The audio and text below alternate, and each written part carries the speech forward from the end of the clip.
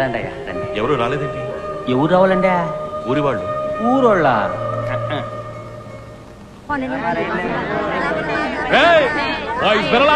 కదా అందుకని ఈయన వచ్చారు. ఎండి చేపలు కొనడానికి వచ్చారా?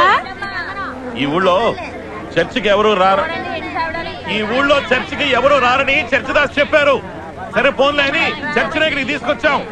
బాబయ్యా మా పనులు కట్టు పడకుండాను. ఏముంది, మంచి వయసులో ఉన్న చర్చికి రావాలి అంతే కదా. ఈ వ్యవహారం మీద సాగదండి.